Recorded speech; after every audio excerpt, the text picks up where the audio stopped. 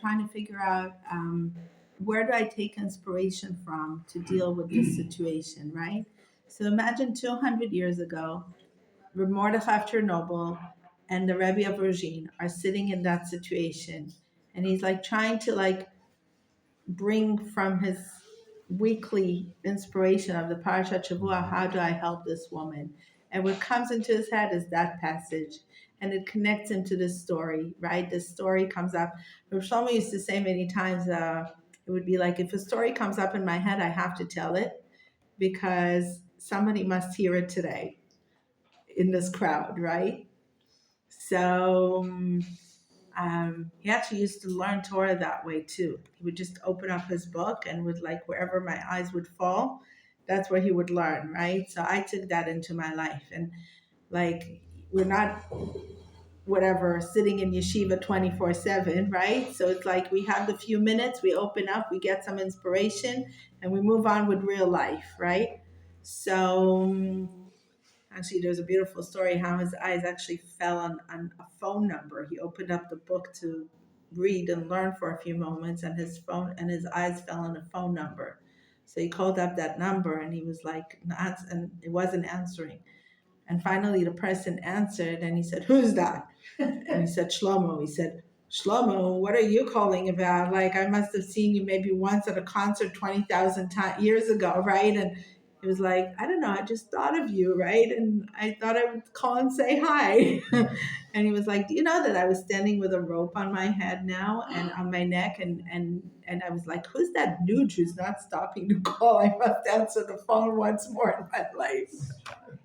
And he saved his life. Yeah. So it's like to be connected to reality on that level where like you're something is coming to my head and the association might be far out, but I managed to make the association to bring that into my life. He's still. I also Maybe have a it's hard just, time with it. Like all the modern miracles that we've seen in the last 2 years, those I understand, and the ones from before the ones before my eyes, but the stories, I can't relate to them. maybe it's just because, maybe it was just way out of the box.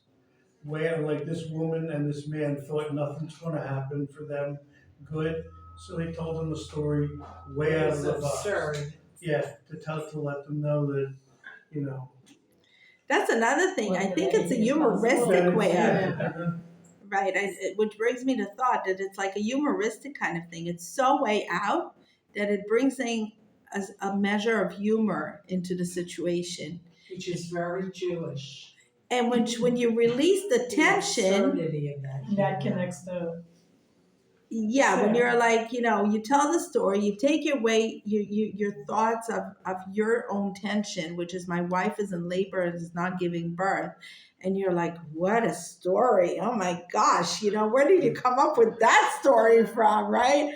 And you're like, and it's like, it reminds me, like whoever, like when many times a labor is whatever getting stuck, and you give a woman an epidural, and from releasing the tension, all of a sudden, 5 hours, there was no continuance in the dilation. 5 minutes, all of a sudden, she's giving birth. The tension, what happened? Her body let go. She got untensed, right? So I feel like the humor and the kind of like the craziness of the story sometimes brings that relief of the tension, so you can actually let some godly